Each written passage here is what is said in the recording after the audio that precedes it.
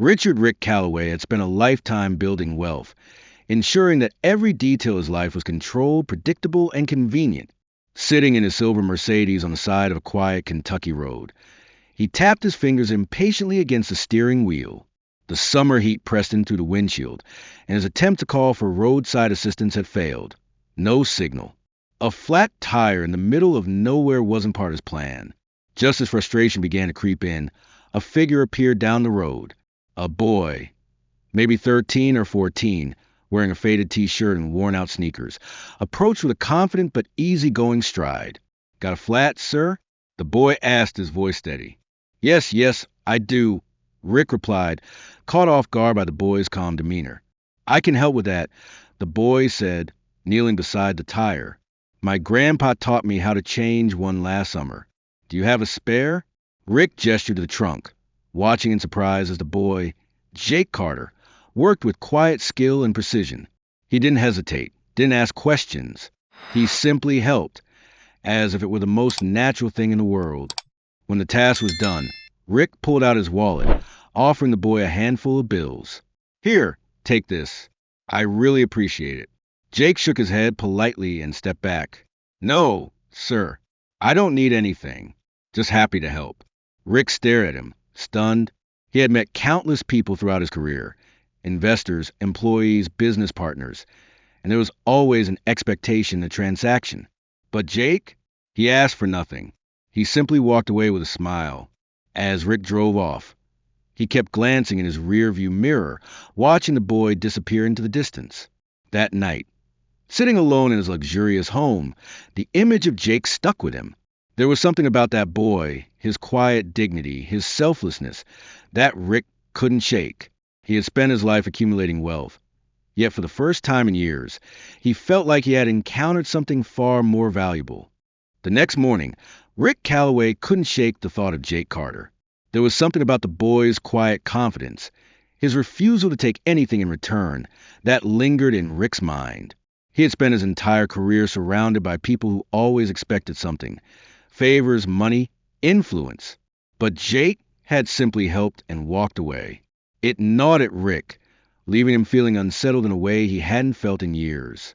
Determined to find him, Rick drove back to the same stretch of road, scanning the area for any sign of the boy.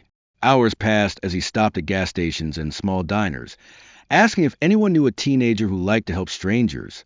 Most shrugged, but finally, at a small cafe, an older woman behind the counter wiped her hands on her apron and nodded. "Sounds like you're talking about Jake Carter," she said. "That boy's always helping folks around here. Lives with his mama over in Harlan." Rick repeated the name to himself. "Harlan?" "Yep, about an hour east up in the foothills," the woman said, watching him curiously. Without hesitation, Rick got back into his car and made the drive. As the city gave way to rolling hills and quiet country roads, he found himself wondering why he was doing this. He barely knew the kid, but deep down, he knew the answer. There was something unfinished about that moment on the road. When Rick finally arrived in Harlan, he found himself in a modest neighborhood, lined with small homes and friendly faces. After asking around, he was directed to a weathered house with a sagging porch at the edge of town. Taking a deep breath, he knocked on the door. A woman in her early 40s answered, her sharp yet kind eyes studying him carefully. "Good morning," Rick said, clearing his throat. "I believe I met your son yesterday. Jake, right? He helped me with a flat tire, and I wanted to thank him properly." She softened instantly, smiling. "That sounds like my Jake. He's out back. You're welcome to wait." Rick followed Amelia Carter through the modest home, taking in the surroundings. The furniture was worn but well kept, and the walls were adorned with family photos and children's drawings. It was a home filled with warmth, something money couldn't buy. The contrast of his own cold, pristine mansion was stark, and for the first time in a long time, Rick fell out of place. Stepping onto the back porch, he spotted Jake Carter working on the fence.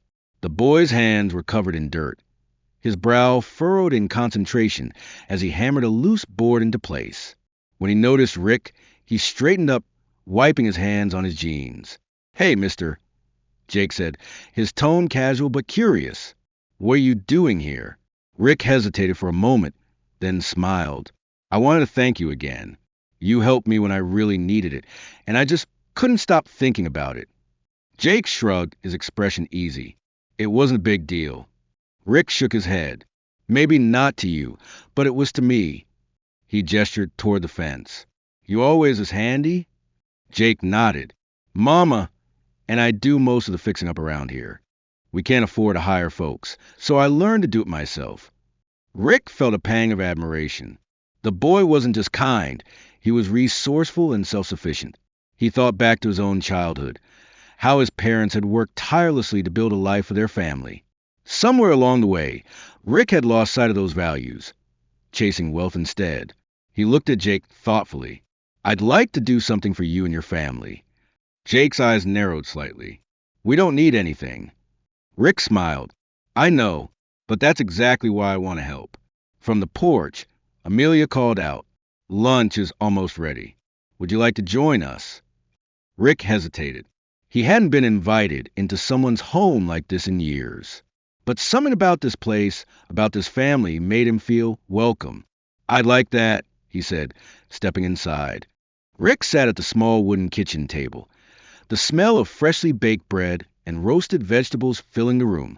Across from him, Amelia Carter set down a steaming dish, while Jake washed his hands at the sink before sliding into a chair.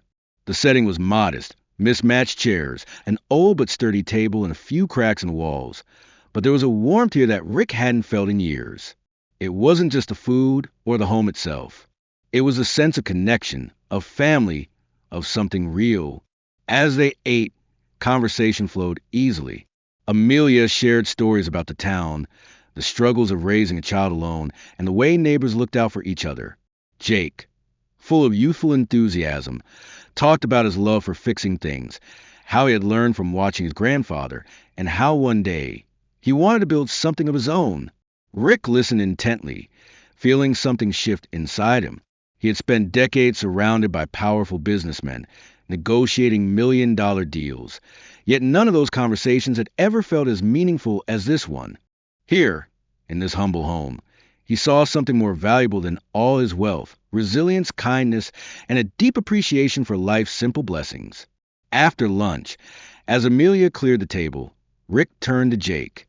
You've got a good head on your shoulders, he said, his voice filled with sincerity. Your mother must be proud. Jake grinned. She works hard. I just try to help out where I can. Rick nodded, his mind racing. He didn't want to overstep, but he also couldn't walk away without doing something for them. I'd like to help, he said carefully. Amelia gave him a curious glance. Rick, we manage just fine. Rick smiled. I know, but that's what makes this feel right. You've given me something I didn't even know I was missing, a reminder of what truly matters. As he left that day, Rick knew this was just the beginning. Helping this family wasn't charity. It was about honoring their kindness, the way they had unknowingly changed him. And for the first time in years, he felt like he was exactly where he needed to be. The next morning, Rick couldn't shake the feeling that his time with Jake and Amelia had left him with unfinished business. As he sat in his grand estate, surrounded by luxury that suddenly felt hollow, he realized what he needed to do. It wasn't about charity. It was about gratitude. Jake had helped him without expecting anything in return. And now, Rick wanted to return the kindness in a way that truly mattered. He picked up the phone and started making calls. First, to an old friend who owned a construction company. Then, to a local supplier who could provide materials. By the afternoon, he had everything lined up, workers, supplies, and a plan. The Carter home would soon receive much-needed repairs, and Jake would have the space and tools to nurture his passion for fixing things. A few days later, Rick pulled up to their house again. This time, he wasn't alone. Trucks followed behind him, carrying lumber, roofing materials, and paint.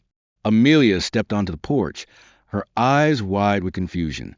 Jake, standing beside her, looked equally shocked. What's all this? Amelia asked, folding her arms. Rick smiled. A little help. You and Jake have done more for me than you realize. Let me do something for you. But we didn't ask for this. Amelia said, glancing at the workers already unloading supplies. You didn't have to, Rick replied. This is my way of showing up for the people who remind me what life is really about. Jake's expression shifted from shock to excitement. You're fixing the house? Rick nodded. Not just fixing, improving. You deserve a safe, sturdy place to live. And you, Jake? You're going to learn from the best. These workers will teach you everything they know. Jake's face lit up with a grin. Amelia, her resistance softening, sighed and smiled. Well, she said, I guess I should put on some coffee. Rick laughed, feeling lighter than he had in years. This wasn't about wealth. It was about making a difference. And for the first time in a long time, he felt truly fulfilled. As the renovation of the Carter home progressed, the once worn house began to transform into a place of warmth and stability. Workers replaced the sagging porch, repaired the roof, and reinforced a fence Jake had tried to fix himself. Inside, the kitchen was upgraded with modern appliances. The walls were freshly painted, and the old creaky floors were polished to a shine. Every day, Jake watched the crew work with fascination, his curiosity growing with each nail hammered and beam secured. One afternoon, Rick noticed Jake standing near the workers, his eyes fixed on a carpenter measuring wood planks. Smiling, Rick approached and placed a hand on the boy's shoulder. Ever use one of these? Rick asked, holding up a measuring tape. Jake shook his head, but looked eager. Not really, but I'd like to learn. Then let's get started, Rick said, nodding toward the carpenter. You're going to help today. The crew welcomed Jake into their work, showing him how to measure, cut, and assemble different parts of the house. At first, he hesitated, careful not to make mistakes, but soon his confidence grew. He asked questions, took notes, and even suggested small fixes of his own. Seeing Jake's enthusiasm, Rick realized this was more than just a home repair. It was shaping the boy's future. Amelia watched from the porch, wiping her hands on her apron, her eyes glistening with pride. She turned to Rick. He's always been a fixer, she said softly. Always try and make things better. Rick nodded. He reminds me of myself at his age. If he wants to learn, I'll make sure he has the opportunity. For the first time in years, Rick felt a deep sense of fulfillment. It wasn't about money or status. It was about seeing potential in someone and nurturing it. That evening, as the sun dipped behind the hills, Jake sat beside Rick on the porch, his hands still dusty from the day's work. Mr. Rick, he said thoughtfully, one day, I want to build houses like this too. Rick smiled, feeling something stir in his chest. You will, Jake, and I'll be here to help you every step of the way. As the final touches were put on the Carter home, the entire neighborhood began to take notice. What had once been a worn and tired house was now a place of warmth, strength, and stability. The fresh coat of paint gleamed in the afternoon sun. The repaired fence stood sturdy, and the brand new swing set in the backyard beckoned for laughter and joy. Rick stood on the sidewalk, hands in his pockets, watching as Jake ran his fingers along the smooth with a new porch railing, a look of quiet awe on his face. Neighbors stopped by, bringing small gifts, freshly baked bread, jars of homemade jam, even a handmade quilt. They all wanted to show their appreciation, not just for the repairs, but for what it represented. Hope. Amelia, overwhelmed with emotion, shook her head as she accepted each kind gesture. This isn't just about fixing a house, she said softly, looking at Rick with gratitude. You've given us something bigger, security, comfort, a future. Rick smiled, feeling a warmth in his chest that he hadn't felt in years. He had built his success in the world of finance, where numbers and profits ruled the day. But nothing he had ever done in business compared to what he felt in that moment. Seeing a family find peace in their home. As the sun dipped lower, casting long shadows over the yard, Jake walked up to Rick, hands shoved in his pockets. He glanced up at the man who had unexpectedly become a mentor to him. Mr. Rick, he began, I've been thinking, I want to help people too, like you did for us. Rick placed a hand on the boy's shoulder and nodded. You already have, Jake. You helped me remember what really matters. That night, as Rick drove away, he realized this wasn't an ending. It was the start of something bigger. He had come to this small town to thank a boy who had changed his tire, but in the end, It was his own heart that had been changed the most. The weeks following the home renovation brought more than just physical changes to the Carter household. For Rick, it had sparked a sense of purpose he hadn't felt in years.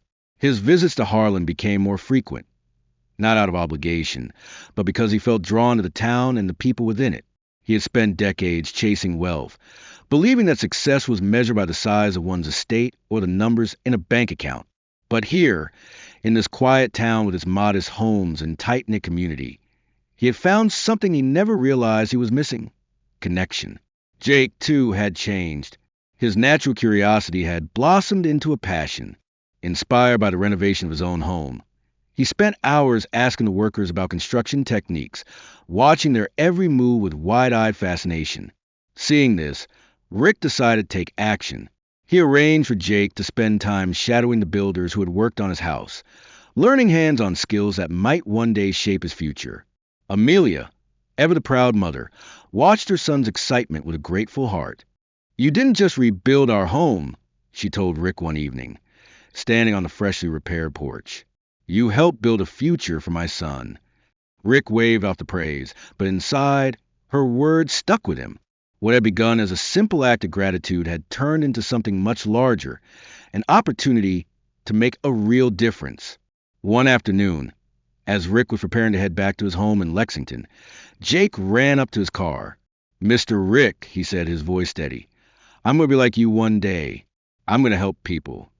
Rick smiled, placing a firm hand on the boy's shoulder. "You already are, Jake." As he drove away, Rick realized that his life had shifted in a way he never anticipated. He had come to repay a kindness, but in the process, he had been given a gift far greater than money could buy: a renewed sense of purpose and the knowledge that the best investments aren't measured in dollars, but in the lives we touch. As the days passed, the changes in Harlem became more evident, not just in the Carter household, but within Rick himself. What had started as an effort to give back had turned into something much deeper. Each visit, each conversation, and each moment spent with Jake and Amelia had reinforced a lesson he had long forgotten. True wealth was not in what you own, but in the impact you made on others. One quiet afternoon, Rick found himself sitting on the porch with Amelia as Jake ran around the yard, hammering nails into a small wooden project he had started. "He's a bright kid," Rick said, watching the boy work. "He reminds me of myself at that age. Curious, determined." Amelia smiled, nodding. "He's got big dreams. Always talking about how he's going to build things one day. Houses, schools, maybe even cities. But we do what we can with what we have." Rick considered her words, realizing how much resilience and strength lay behind them. He had spent his life building wealth. Yet here was a woman building a future with little more than determination and love. He thought of all the opportunities he had been given simply because of where he was born, the family he came from, and the doors that had opened for him. What if Jake had the same chance? Later that evening, as the sun set behind the hills, Rick made a decision. "Amelia," he said, turning to her, "I want to do more. Jake has a gift, and he deserves the chance to use it. I'd like to set up a scholarship for him, for when he's ready for college or trade school." Amelia's eyes widened, and for the first time, she was speechless. After a long pause, she whispered, "I don't know what to say." Rick smiled. "Say yes, because that boy has a future as bright as anyone, and I want to make sure nothing stands in his way." For the first time in years, Rick felt like he was investing in something that truly mattered: a life, a dream, and a future far beyond his own. As the days passed, Rick's bond with Jake and Amelia deepened. What had started as a simple act of gratitude had become something more, something that made Rick feel truly alive in a way he hadn't in years. He found himself drawn back to Harlan again and again, not just to oversee the renovations, but to spend time with the boy who had reminded him of the simple power of kindness. One afternoon, as Rick sat on the newly rebuilt porch with Amelia, watching Jake tinker with a small wooden project in the yard, she turned to him with a thoughtful expression. "I don't think I've ever seen him this excited about learning," she said softly. Rick smiled, watching the boy measure and remeasure his work, deep in concentration. "He's got a mind for it," Rick said. "You can see it in the way he thinks through every step. He's not just following directions. He's understanding them." Amelia sighed, glancing down at her hands. He wants to build things, Mr. Rick. He talks about it all the time. Dreams of designing houses, bridges, even cities. But dreams don't always put food on the table. Rick leaned forward, his gaze steady. Amelia, what if I told you that Jake's dream doesn't have to stay a dream? She looked at him, her brows furrowing in curiosity. I want to set up a scholarship fund, Rick continued. For Jake, for when he's ready to go to college or trade school. Whatever path he chooses, I want to make sure he has the means to pursue it. Amelia's lips parted in surprise. She opened her mouth, then closed it, overwhelmed. Finally, she whispered, Why? Why do this for us? Rick exhaled, looking out over the quiet street. Because once upon a time, someone believed in me. Someone gave me a chance, and it changed everything. It's my turn to do the same.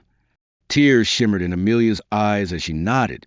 In that moment, Rick knew this wasn't just about repaying a favor.